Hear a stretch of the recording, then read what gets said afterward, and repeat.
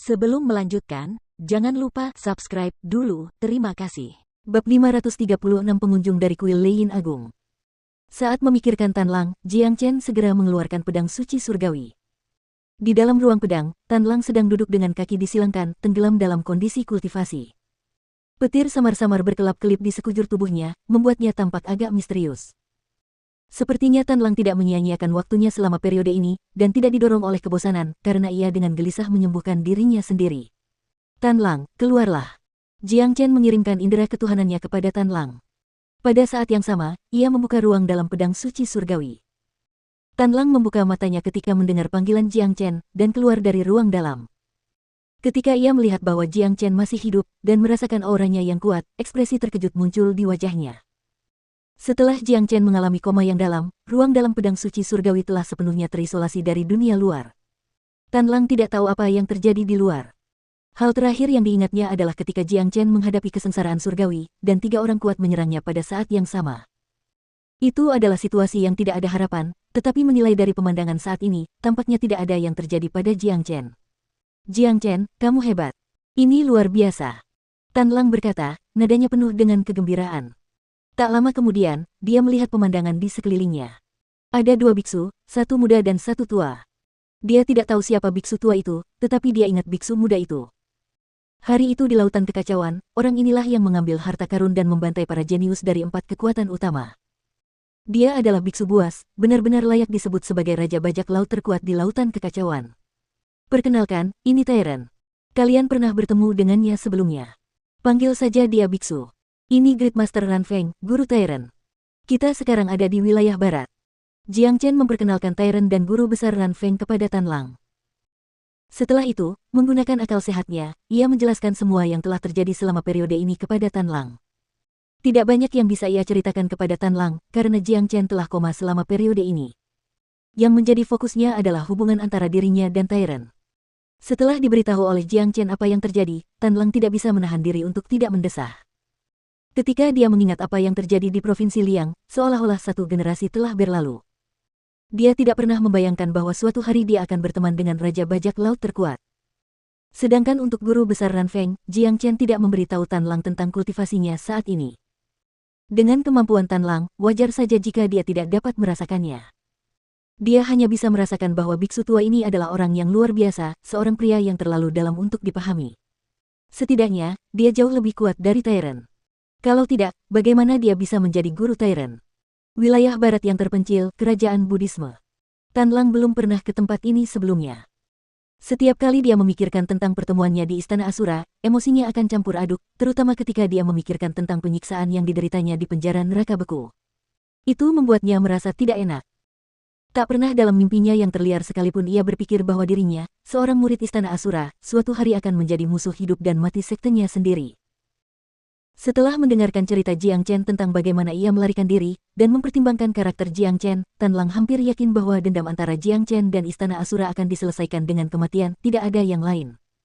Junior memberi salam kepada Guru Besar Ran Feng. Tan Lang membungkuk dalam-dalam kepada Guru Besar Ran Feng.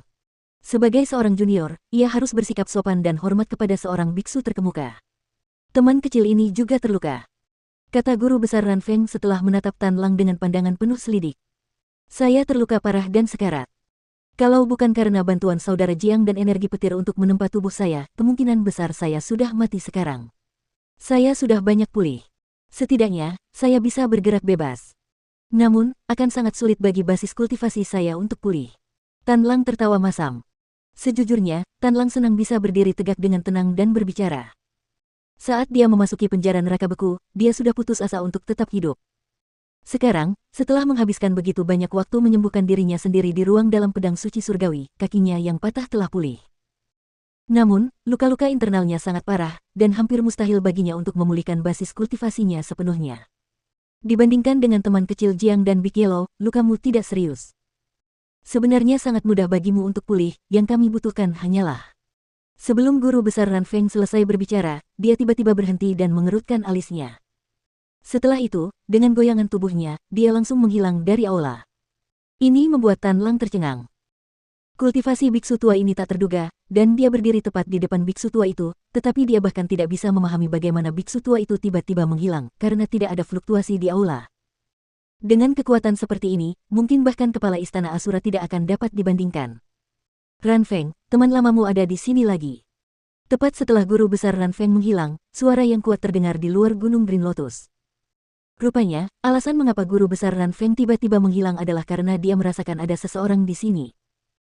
Dari suara dan aura yang terpancar dari laki-laki ini, Jiang Chen dapat mengetahui bahwa basis kultivasi laki-laki ini tidak lebih lemah dari guru besar Ranfeng, juga seorang Saint minor tingkat 9.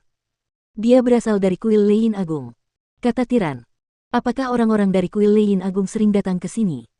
Jiang Chen bertanya, tadi pria itu bilang dia datang lagi, jadi sudah jelas dia sudah datang ke sini lebih dari sekali. Kudengar kuil Lei Yin Agung adalah tempat suci bagi agama Buddha, dan kekuatan mereka tak terbayangkan, bahkan klan-klan perkasa di benua ilahi tidak ingin menyinggung mereka. Tan Lang terkejut. Kuil Lei Yin Agung adalah negara adikuasa yang hanya mendominasi satu wilayah besar, sebuah eksistensi yang berdiri di puncak benua ilahi. Itu bukanlah sesuatu yang dapat dibandingkan dengan kekuatan kecil seperti Istana Asura. Selama bertahun-tahun, kuil Lei Yin Agung telah berkali-kali mengirim orang-orang mereka ke sini untuk mengundang guruku untuk merayu mereka, dan mereka juga menjanjikan banyak keuntungan. Namun, guruku menolak mereka. Dia tidak tertarik untuk bergabung dengan kuil Lei Yin Agung, dan dia hanya ingin menjaga tempat ini karena itu adalah tempat yang ditinggalkan oleh guru leluhurku. Sambil berkata demikian, pandangan Tyrant tertuju pada patung leluhur Green Lotus. Ayo kita pergi dan memeriksanya, kata Jiang Chen. Tidak, guru selalu menyuruhku pergi setiap kali bertemu dengan pengunjung dari kuil Lei Yin Agung. Bahkan jika kita keluar sekarang, selama guruku tidak ingin kita tahu apa yang mereka bicarakan, kita tidak akan bisa mendengar apapun bahkan jika kita berdiri tepat di depan mereka. Tiran menggelengkan kepalanya dan menolak saran itu. Jiang Chen mengerutkan alisnya. Ia sekali lagi merasa bahwa perilaku guru besar Ranfeng aneh. Kuil Lei Yin Agung adalah tanah suci agama Buddha, keberadaan yang agung. Jadi, bisakah mereka benar-benar melakukan sesuatu yang curang? Guru besar Ranfeng memperlakukan Tyrant seperti ayahnya, dan Jiang Chen dapat merasakan perhatian dan harapan luar biasa yang dimiliki guru besar Ranfeng untuk Tyrant. Namun, ketika menyangkut apapun yang berhubungan dengan leluhur Green Lotus, dan masalah antara dirinya dan kuil Lei Yin Agung, guru besar Ranfeng menolak untuk memberitahu Tyrant apapun. Jiang Chen berpikir bahwa pasti ada alasan khusus mengapa kuil Lei Yin Agung berulang kali datang ke Gunung Teratai Hijau untuk mengundang guru besar Ranfeng. Kalau tidak, meskipun seorang Saint minor tingkat 9 sangat berharga, kuil Lei Yin Agung tidak akan begitu memperhatikannya, apalagi berulang kali mengundangnya. Apa yang dikatakan Tyrant benar. Dengan guru besar Ranfeng dan kekuatan pengunjung, selama mereka tidak ingin membiarkan siapapun mendengar apa yang mereka bicarakan, Tyrant tidak akan mendengar apapun bahkan jika dia berdiri tepat di sebelah mereka. Namun, meskipun Tyrant tidak dapat mendengar apa yang mereka katakan, itu tidak berarti bahwa Jiang Chen tidak bisa. Kemampuan ajaib yang dibawa oleh keterampilan Great Soul Derivation jauh melampaui apa yang dapat dibayangkan siapapun. Secara diam-diam, Jiang Chen mengedarkan keterampilan derivasi jiwa agung dan memancarkan energi jiwanya. Tanpa suara dan tak terdeteksi, energi itu meliputi seluruh gunung teratai hijau. Dari umpan balik energi jiwa, Jiang Chen melihat dua biksu berdiri berhadapan di puncak gunung. Salah satunya adalah guru besar Ranfeng, sementara yang lain adalah biksu yang mengenakan kasaya emas, berpenampilan sopan, menggambarkan citra yang terhormat. Dia juga tampak setua guru besar Ranfeng, dan basis kultivasinya juga sama. Orang bisa tahu dia adalah biksu terkemuka hanya dengan satu tatapan. Ranfeng, teman lamaku, sudah lama kita tidak bertemu. Kau tampak sehat. Pengunjung itu menggoda. Yuanji, jika kamu datang ke sini untuk mengobrol, aku akan merentangkan tanganku dan menyambutmu dengan tulus. Namun, jika kamu datang untuk menasihatiku agar bergabung dengan kuil Lei Yin Agung, kamu sebaiknya pergi sekarang, kata guru besar Ranfeng dengan lugas. Ekspresi guru besar Yuanji tidak berubah setelah mendengar kata-kata itu. Jelas ini bukan pertama kalinya dia diperlakukan dingin. Ranfeng, kau terlalu keras kepala. Di seluruh wilayah barat, mungkin kaulah satu-satunya yang memiliki keberanian untuk berulang kali menolak undangan kuil Lei Yin Agung. Aku di sini dengan ketulusan yang sebesar-besarnya, kata Yuanji. Itu tidak lebih dari sekadar menawarkan posisi di kuil Lei Yin Agung kepadaku, seorang biksu tidak akan pernah tertarik dengan itu. Hentikan bertele-tele, karena itu tidak sesuai dengan sifat Buddha yang sejati. Aku tahu mengapa kalian dari kuil Lei Yin Agung berulang kali mengundangku, kalian mencari sutra yang ditinggalkan oleh guruku, kata guru besar Ranfeng. Leluhur Green Lotus adalah penguasa agama Buddha, kebanggaan agama Buddha, dan sutra itu adalah sutra Buddha yang paling kuat.